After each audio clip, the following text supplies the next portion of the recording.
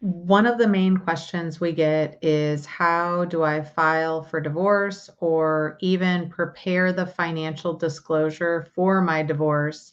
And how do I file for divorce online myself? So, those are a bunch of questions that I'll try to cover, but for divorce is still a legal matter. And most states, though, provide you with the information to file pro se, Prose.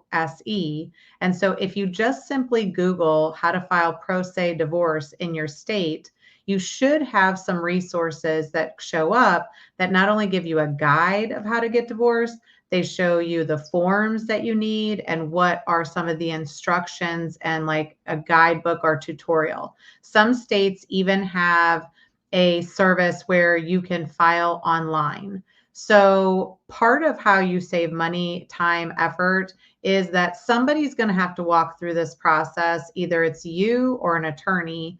And for the most part, when you hire an attorney, they're going to initially start with that financial disclosure. Now, it's called different things in different states, but essentially, it's the disclosure that you're going to provide information about your background, about your family, your kids, your date of birth, but it's also going to have information about what you have. So your assets and liabilities or your personal balance sheet. So this is going to become really important when you try to determine how you're going to split those assets. And a lot of times when you're going to file for divorce, they're asking you to provide that information, that financial information, which not only could include your assets and liabilities, but also your income and expenses. And so, what does that mean? It means that you have an attorney that might be filling out a lot of financial forms, or really, they're going to give those forms to you and tell you to fill them out. And then you're going to have to go about collecting financial data like your tax returns, bank statements, credit card statements, and other types of paperwork so that you can submit it to the court so that they can determine if you've agreed to something that could be split. So what does that mean? It means that even if you go to get divorced or to file for divorce, that you have to have some of this stuff already prepared in advance. So one way that you can cut the cost is to go on your state resources and determine what are those forms that you need to start filling out and start to pull together some of the documentation. I'm going to walk you through some of the forms on Missouri because, quite frankly, the forms are very similar if you go to other states. They may be in separate forms, like you could have a background form that covers the basic information about your family. You could have a statement of property that gives the information about like your house and cars. And then you also need to be pulling the debt. So one of the main places that people pretty much have some sort of asset is in the house. And so the house is going to have some equity depending upon whether or not you have a mortgage or the debt associated to it. So a lot of times we're trying to figure out, can we keep the house? Can we sell the house? And then if we keep the house, what do we need to achieve in alimony or maintenance in order to be able to refinance that house? So there are a lot of questions that go into figuring out what is the full settlement offer. And that should really be what your focus is how do you pull together all of your financial documents so that you can figure out how you're going to split things up. Now, it gets complicated when you involve a business or a business valuation, a pension or a pension valuation. And even when you value your house, there could be some additional complexities there. So what you first need to do is just understand what requirements does your state have for filing and what are the forms that you can start to look at so that you're familiar with them when your attorney provides it to you. Another thing is that you could do this on your own. So how do you get to a settlement offer that you can provide to your spouse that you can at least start with so you can start agreeing to some things? The harder pieces are the alimony and child support, but even then, a lot of states have calculators.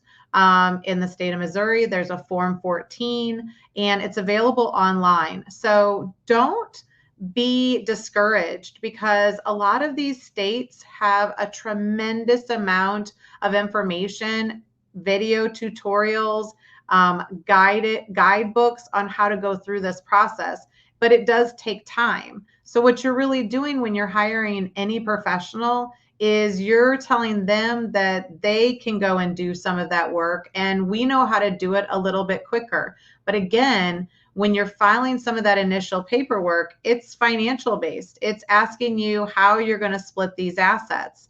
And so if you haven't had that discussion yet with your spouse, or if you don't think you can have that discussion, then that's also another way to start. A mediator could be that person that helps you with that communication. So a lot of times our divorce, our marriage is breaking up, and it's resulting in divorce because we don't have good communication patterns.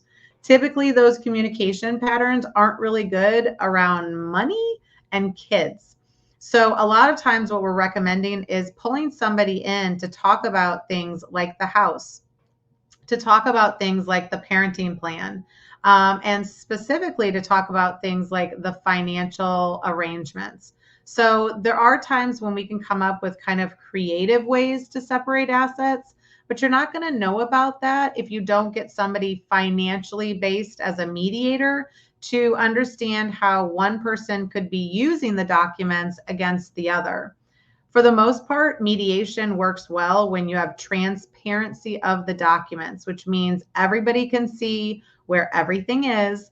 And even if you have separate accounts, you're both fully disclosing those accounts and maybe the past 12 months of activity, depending upon when you filed for divorce or when there was an issue. So let's just take a quick look at the state of Missouri, which again, if you see, I said, go ahead and just search in the Google bar or whatever search engine, how do you do pro se divorce in Missouri? And so what you can see is it has a bunch of different resources, but if you just go to that main page, and we'll go ahead.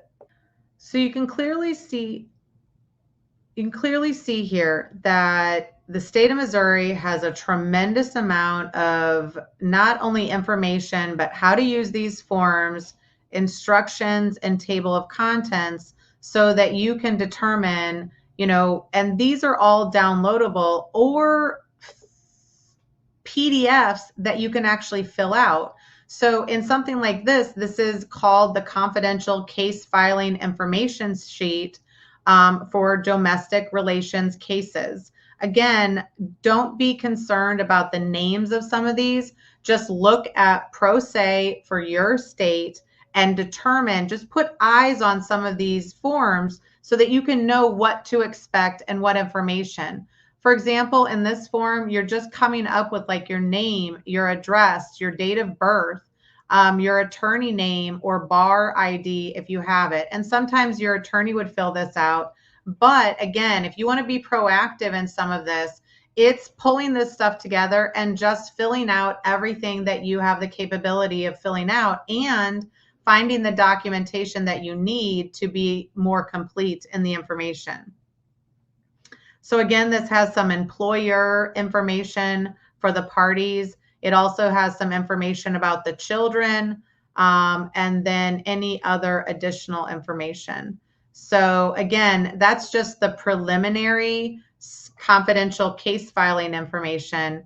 You go into the petition for dissolution of marriage, and that's going to give you a little bit more information. Again, a lot of these forms are going to look alike, and I might be able to pull up another state just so that you can see a comparison, but it's going to be the same similar information. So this is going to ask you a little bit more information, like, are you pregnant? What county do you live in? How are you employed?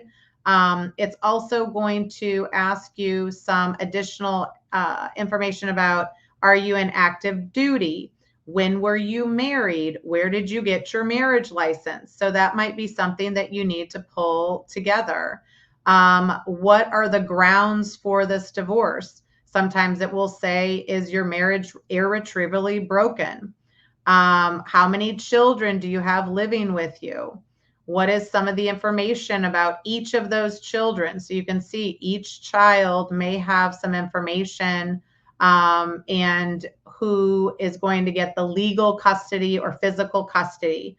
For the most part, custody, splitting assets, if you want to just go down the middle, for most states, for most counties, if everything was kind of acquired during the marriage, and there really wasn't a lot of wrongdoing, like such as abuse, either at the child level or at the relationship level, you're looking at splitting assets 50-50. You're looking at having custody 50-50. And that's just like a general norm, of course. But a lot of times people think if they do a couple things that are not good, it's going to really give them an advantage in this space. So, realistically, any advantage that you think you might be able to gain, you would need to talk to an attorney. And so if you're looking at mediation or you're looking at trying to agree to something, then you need to start talking about things that are reasonable. So this gives you some additional information you might have to ask about the kids. If you're requesting that you have custody, if you're requesting child support, or in Missouri, we also call it maintenance. And so alimony is also called maintenance.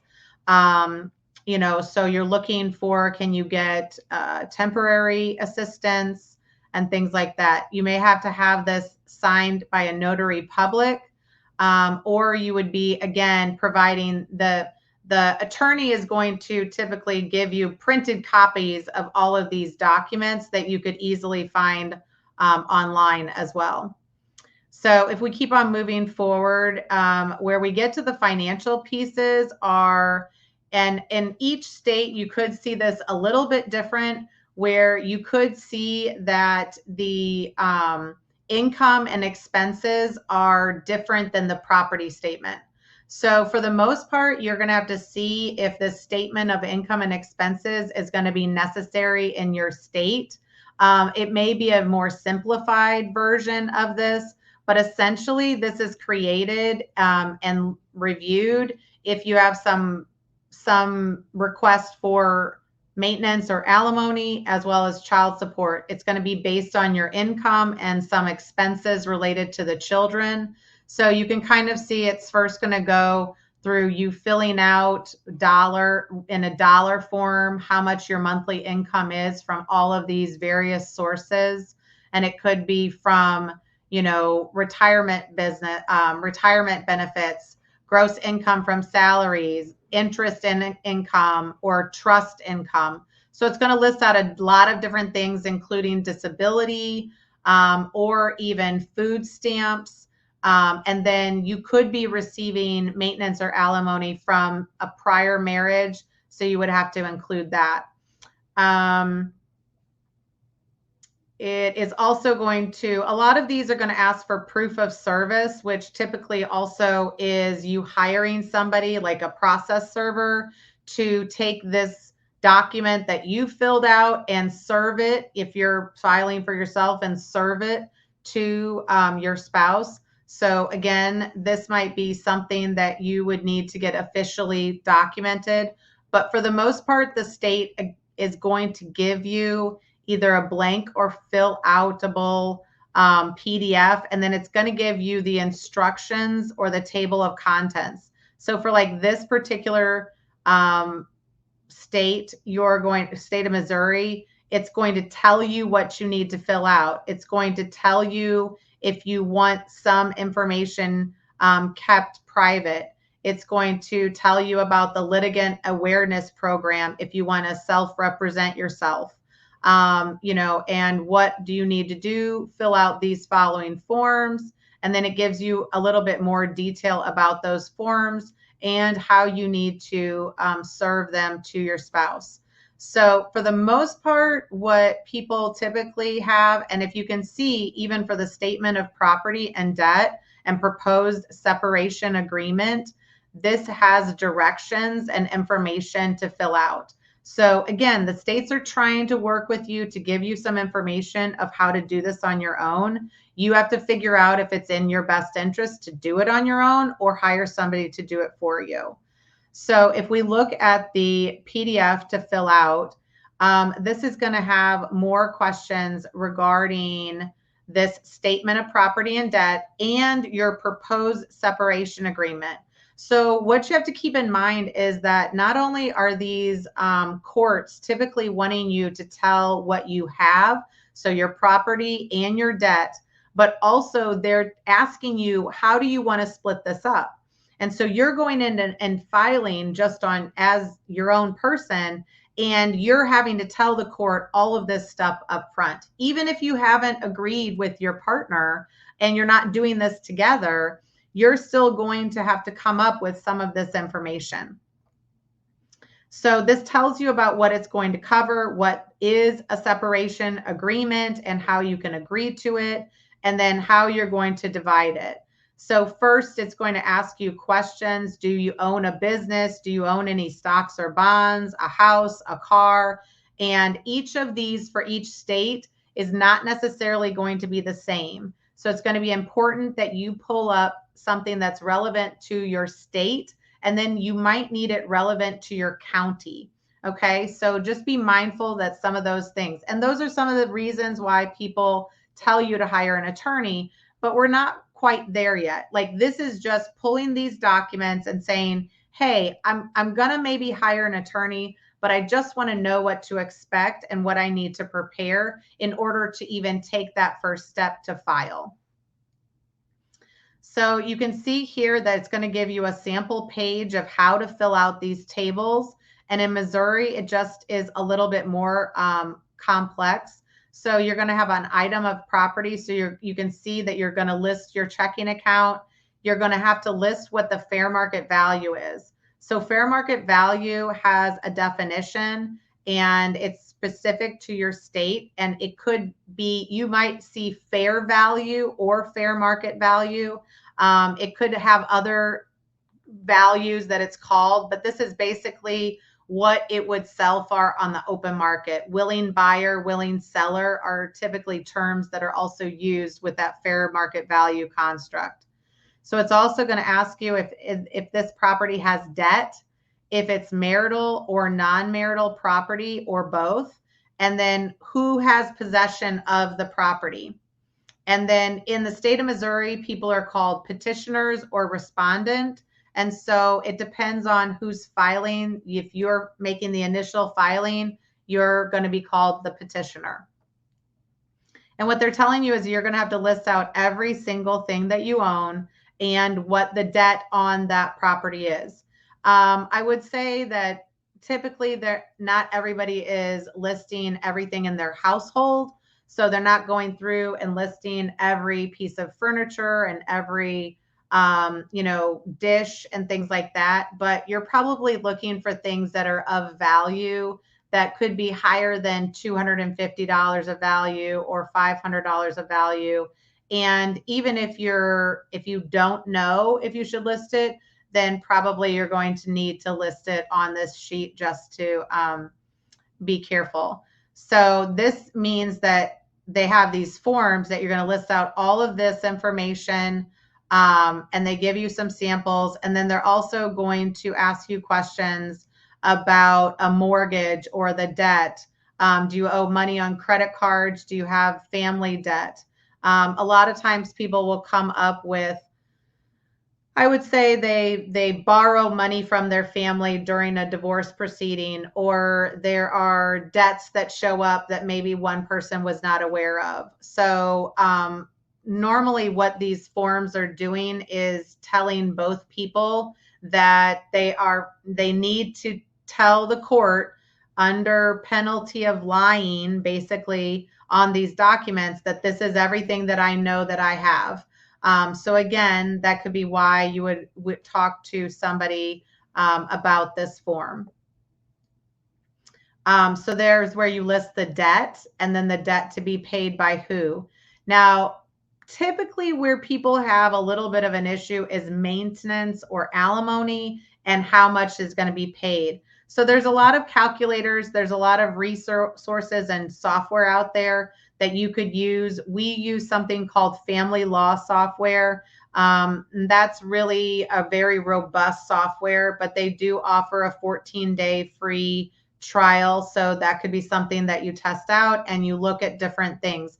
A lot of times, this is based on state statutes or a certain level of proof that you have to go about to say why you should receive maintenance.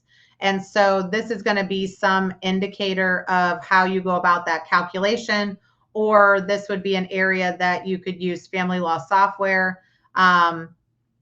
It could also, again, you're seeing that proof of service and the sign below by a notary. Again, a lot of times when people are filing pro se, they could be filing together, but a lot of states are going to ask each spouse file separate documentation. The reason why that's a good idea is that you want both spouses to report what they say the income and expenses are, as well as the property. So a lot of times there's going to be one spouse that if you don't own the business, or if you haven't had control over all of your financials, then you may not know where everything is. So if both spouses have to provide the statement of property or statement of income and expenses, and there could be supporting documents that have to be provided with it, like bank statements, credit card statements, tax returns, things like that, then you want to be able to have both parties providing that information, because you want to know what that other person owns that may not be really under your control. So you can see how different things in this particular one, we also have a parenting plan that we can look at. And this is going to be a sample parenting plan that's going to give you some idea of what to consider in this particular case. So this is going to say, you know, who plans on having custody of the children? Did you have a guardian ad litem involved in this parenting plan? And a guardian ad litem is kind of a lawyer for the kids. So was there some issue that a guardian ad litem is also involved, and you might have to name that person? These are going to give you kind of a framework of the decisions that you're going to need to make concerning the children. So again, major decisions and daily decisions and emergency decisions. So these, you know, a lot of times people want to overlook some of the discussion about the parenting plan. And in most situations, this is going to be a good discussion to belabor and really talk through, especially if your spouse is a little toxic.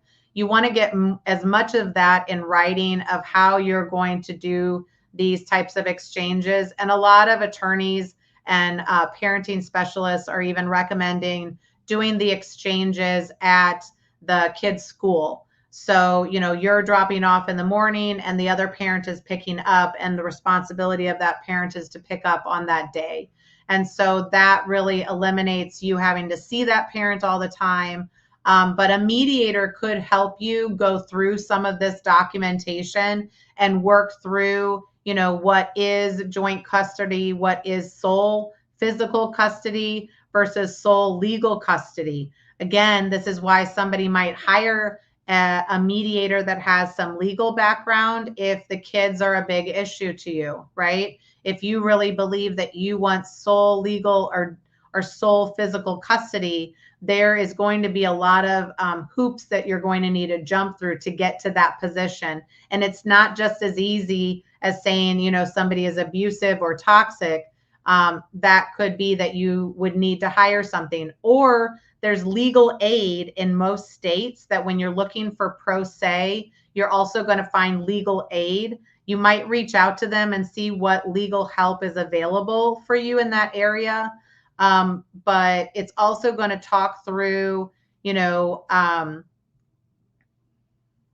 any sort of exchange schedule. So this is a sample of a weekday and a weekend exchange sample. There's a lot of kind of traditional patterns of exchange depending upon how your situation is. If you're really going to have one parent's only going to see the kids on every other weekend, or are you kind of exchanging more, half of the school week is with one parent and the other half is with another parent. So, or 1 week on, 1 week off, right? So there's a lot of different ways. There's also a concept called nesting, where the kids stay in one house and the parents kind of rotate out of that house.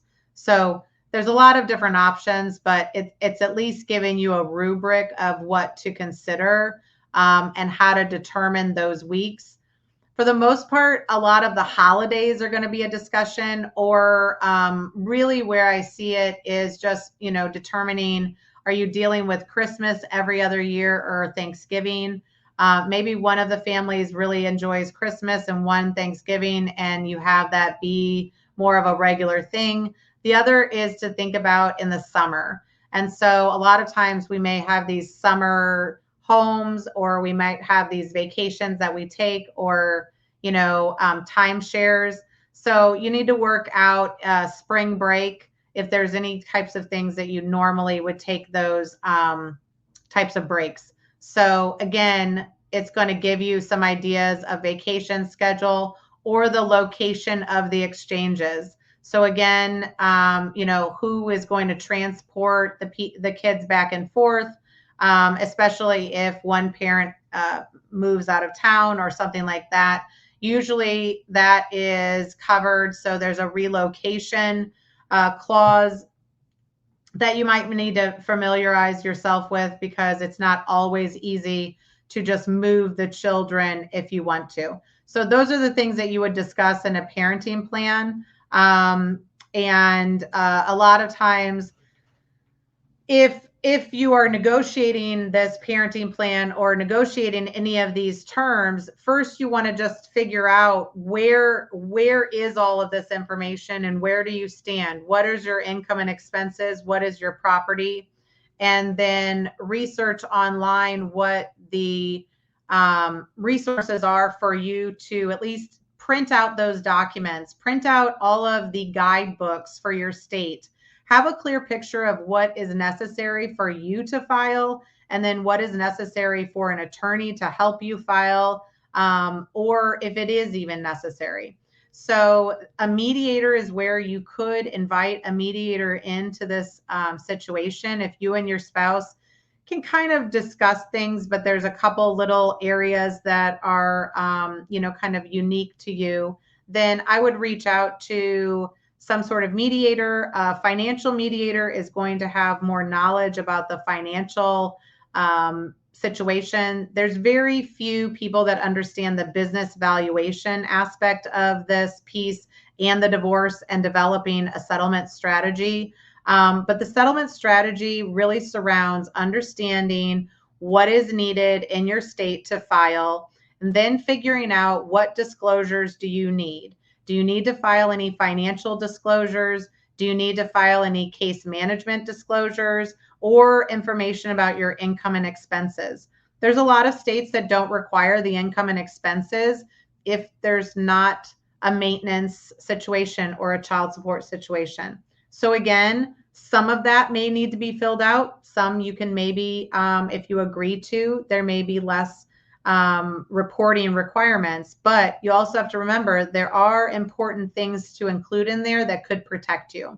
And it is about getting to a settlement offer on all of the things that are financial. And that's usually where you have the most issues in the discussion. So do some of your research. You can also look at valuationmediation.com. We offer a training that really helps you through some of the Missouri disclosures, and we're going to be adding other locations such as Illinois, Kansas, Nevada, South Carolina, California, and some other states.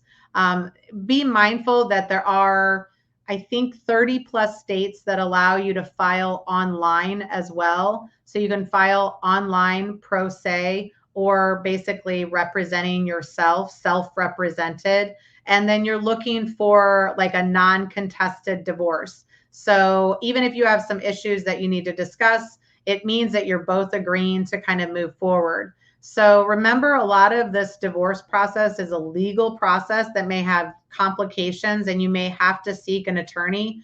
But for the financial aspects, I would reach out to somebody that has a background and understands the financials. The financials, even if attorneys are bound by those state rules, a financial person actually usually understands the rules for a lot of different states, because we operate in a bunch of different states, because there's not a lot of people that have the business valuation side and the divorce understanding of 10 or 20 years doing divorce and divorce mediation in the state of Missouri and the state of Illinois and various states around the country. So financial people and mediators may not be bound by their state. You're always bound by the state rules and statutes, but in mediation, you can start to make agreements that work best for you and your family. So that's where it's really imperative that you understand the financials and you have the capability to use your voice to enunciate what you want, what you think the best option for the family is to split the assets, and you provide that either to your spouse in a settlement offer or a settlement disclosure, and then you provide it to the state as your offer to settle these issues. So good luck. If you have questions, please post them below, and we'll look forward to either answering your questions in written form or in a subsequent video.